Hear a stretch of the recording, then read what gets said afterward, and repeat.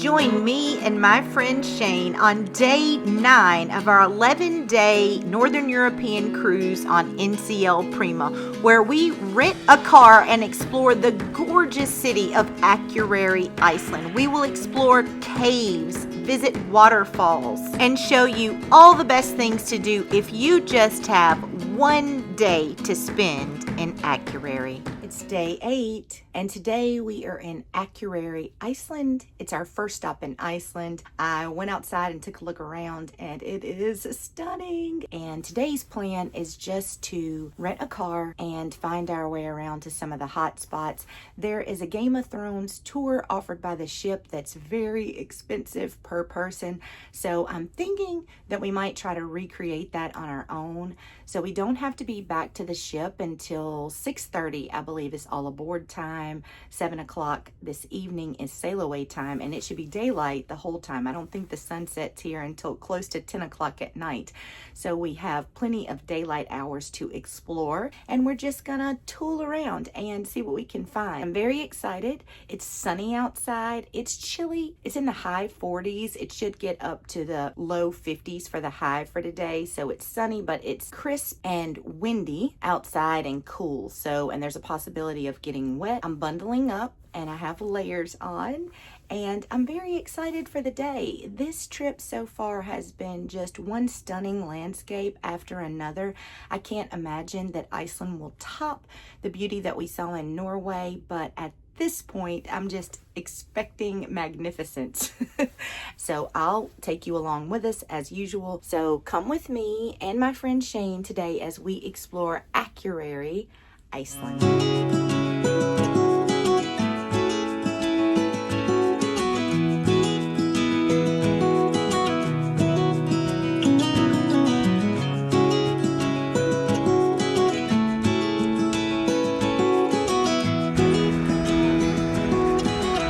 Approximately what time do you want to be turning? Back by... Yeah. Okay. So you have the same like everyone? And if your signature on this one here, the lower one, and your case on the after.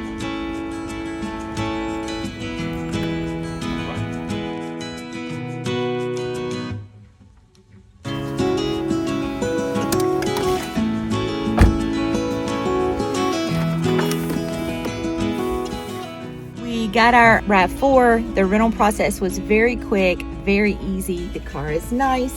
They gave us a nice map that included like how to pay the tolls if we opted to go through the toll bridge or toll tunnel through the mountain. But we're going to take the scenic route, of course, because it's only 15 minutes longer, and he recommended it. And also they gave us a nice big map that shows, you know, more of the hot spots that tourists like to stop in. So that's good, just in case we lose GPS service, because I did not download the map for here. And then of course the Christmas village or Christmas house. I think it's a Christmas house. And he said the locals love it. I kind of feel like that's probably a lie. But it could be cool to stop there if we have time. It's not a high priority.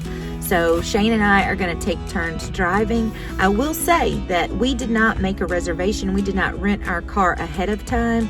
And there were only 2 left when we got to our turn in the stand. And we got off the ship a little before 10:30. We docked at 9 o'clock. So they only had 2 vehicles left. So I highly recommend renting your vehicle beforehand or getting off the ship as soon as the doors open. Now, I don't know if the price would have been any less expensive, because as you saw, it was $465 US for us to rent this car for the day. And that is incredibly high. But it's cheaper than taking a tour would have been for us, and we get to go at our own pace and stop at the places we want to stop at and possibly avoid some of the crowds. So we just thought that was a better fit for us. So let's go out for this adventure. I'm excited. Are you excited, Shane? Very. First day in Iceland. This is awesome. Yay! Check. One thing they told us when we rented the car that I think is important to note here is that the gas pump handles in Iceland are green. Just so you don't make a big mistake, I know in the US diesel is indicated by a green pump, but that is not so in Iceland. And also the stoplights are shaped like hearts. Is that not the cutest thing ever? Driving in Iceland is much like driving in most of the United States. They drive on the same side of the car, the same side of the road. The roads are immaculately kept. Everything is very easy. The main difference is the incredible scenery that you are met with at just about every turn.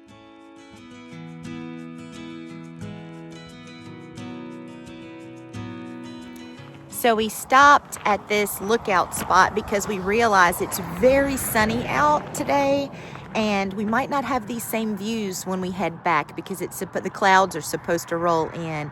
But everywhere we look, and we've only driven a couple of miles, the views are stunning. You have this really big contrast of color, like the water is deeply blue and there's this cloudy mist over the mountains that's like this beautiful green and grays and browns. Just look for yourself.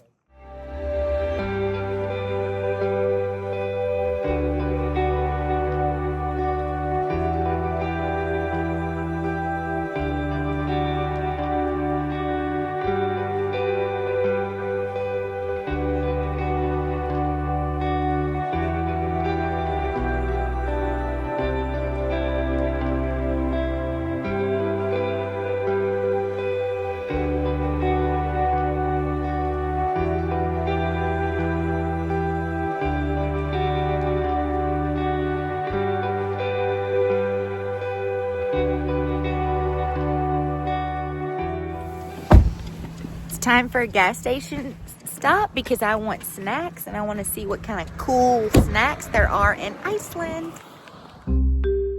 So one of the best things about travel for me is trying local food. And this even applies to like convenience store snacks because everything looked unfamiliar, and even the things that are familiar to us in the US, in Europe especially, a lot of the things that you can find like Doritos and candy bars and soft drinks, even though they have the same name brand, they will often taste a lot different. Doritos, for example, uses red 40 and yellow 5. Those are dyes to give them that famous Dorito color that are actually illegal in Europe. So instead they color them with things like paprika and it gives them a slightly different taste. So I was really excited to try out some new things in Iceland. Okay, this is our Iceland country store haul. Of course, I just got a little bit of trail mix. That's nothing fancy or unusual.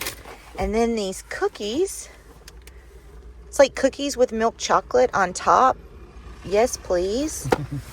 Shane got this caramel chocolate something bar and some that's my road trip vice. Doritos. Only time I ever buy them. And then Fanta, they have an exotic Fanta. Exotic. What does that even mean? What's Don't in there? know. And then this is like some kind of orange drink that's probably local to here because I've never heard of it. We like to try new things. Tell me how the exotic Fanta is. It looks like it is orange and peach. That's what it looks like. Oh, and it has one of those lids that don't come off. Yeah, that's a Europe thing. The lids don't come off.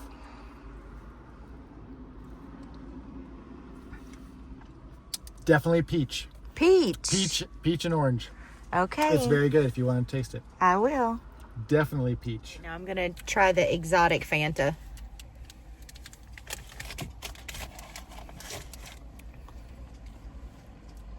Very sweet. It's good, as Fanta should be. Fanta should be sweet. That's very good. Yeah. That's nice. I'm gonna try this apple sandwich. Obviously it's orange flavored because duh, it's got orange on it. So let's try it. I really want my lid to come all the way off though. I'm not gonna lie about it. Let's see. Yum. It's like a Fanta, like an orange Fanta with 50% of the sugar. So it's actually kind of refreshing. So mine's a lot sweeter than yours is. I feel like yours is sweeter than mine. You want to try this one? Just a little bit. Akureyri is such a cool mix of landscapes. This whole area was shaped literally by fire and ice. The fjord we're driving along was carved out by glaciers, and the mountains around us are mostly old lava. So everything has that dramatic, Icelandic, almost otherworldly feel. Right now we're headed to Grjotagja Cave. This is a small lava cave with a hot spring inside that happened as a result of a crack in the Earth's crust. It has a fascinating history because it housed an outlaw back in the 18th century, and people used it to bathe and swim after his death. But because of a volcanic eruption in the 70s, the water became unsafe due to its high temperatures. This is a cool cave on its own, but mostly the reason why it's really famous is because this is where Jon and Ygritte consummated their relationship in Game of Thrones, Season 3, Episode 5, if you're curious. If you have any kind of mobility issues, obviously this is not a great idea, because as you can see, there's a lot of ducking and crawling and climbing in this cave.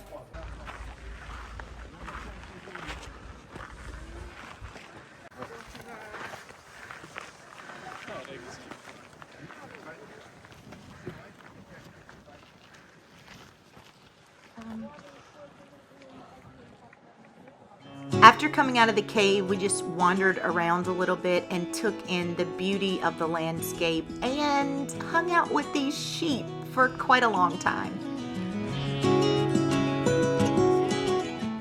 This one was struggling to keep up, and his party was getting quite annoyed with him.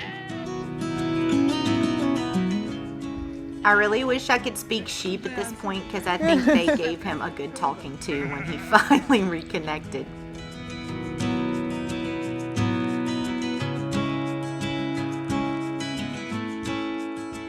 Aside from saving money, another great bonus of renting our own car instead of taking a tour is we didn't have to sit and wait on the tour to be over and eat a sack lunch on the rocks.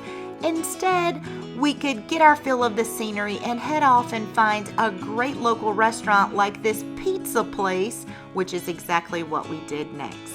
This place was called Daddi's Pizza, and it was located on Vogar's camping ground. They rented out cabins as well as tent spots. It was in a beautiful location, and this was a spectacular find. I will leave the link in the description. This tastes like a Jolly Rancher. It has no alcohol in it. Mine has alcohol, still very good. This legit tastes like a liquid Jolly Rancher. Very, very good. Smoked trout, pine nuts, and cream cheese.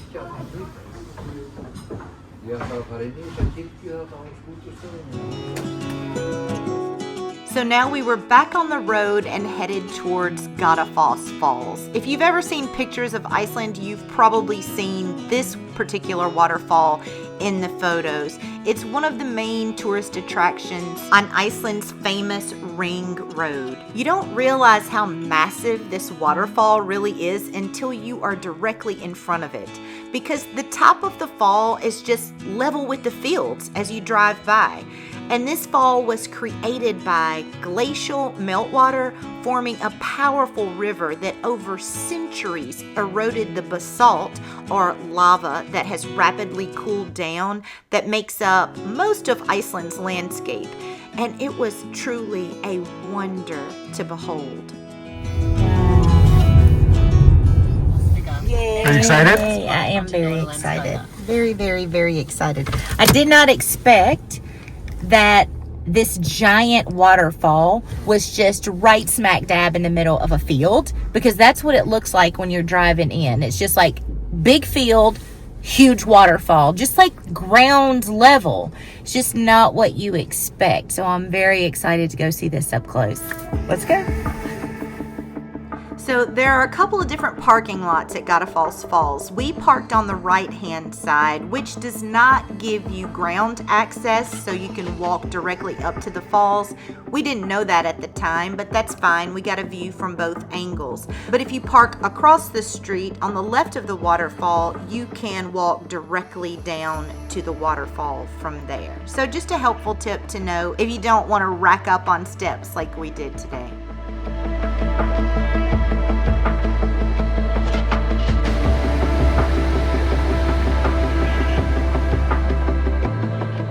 So Godafoss Falls translates to waterfall of the gods. And the story behind how it got its name is that in 1000 AD, all the chieftains in Iceland got together to decide if they would accept Christianity as their new main religion or if they would continue to worship the Old Norse pagan gods. And after much deliberation, they decided Christianity it would be, and as a symbol of their commitment to their new god, they threw all the old pagan statues over the waterfall, and hence waterfall of the gods. And now it was time to cross over the bridge so we could get up close and personal right at the base of the falls.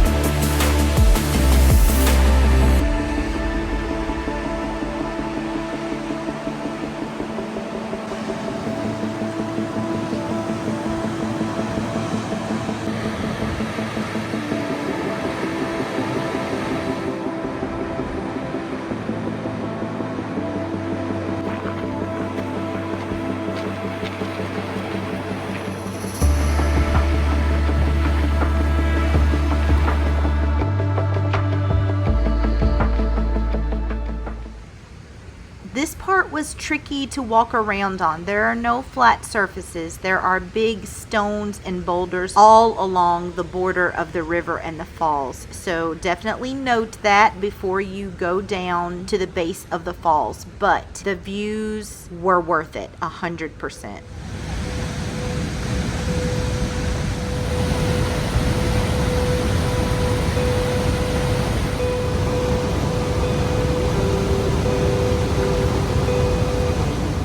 Now, sadly, it was time to get back on the road and head towards the ship, which wasn't all bad because we had a beautiful drive ahead of us, and Iceland still had one more surprise up its sleeve for us.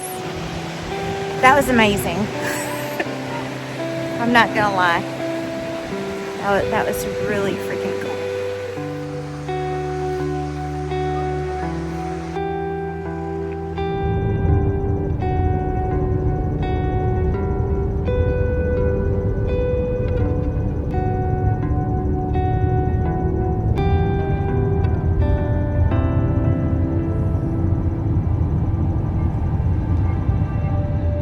So on our way back to the ship, there was a parking lot with the perfect view of the ship in the harbor. So we pulled over and we were pleasantly surprised that not only was it the perfect picture-taking spot to capture the NCL Prima in all of her glory, but there was also a waterfall and a hot springs that we saw families swimming in. And although we didn't have time to do that on this trip, I'm really hopeful that there'll be a next time.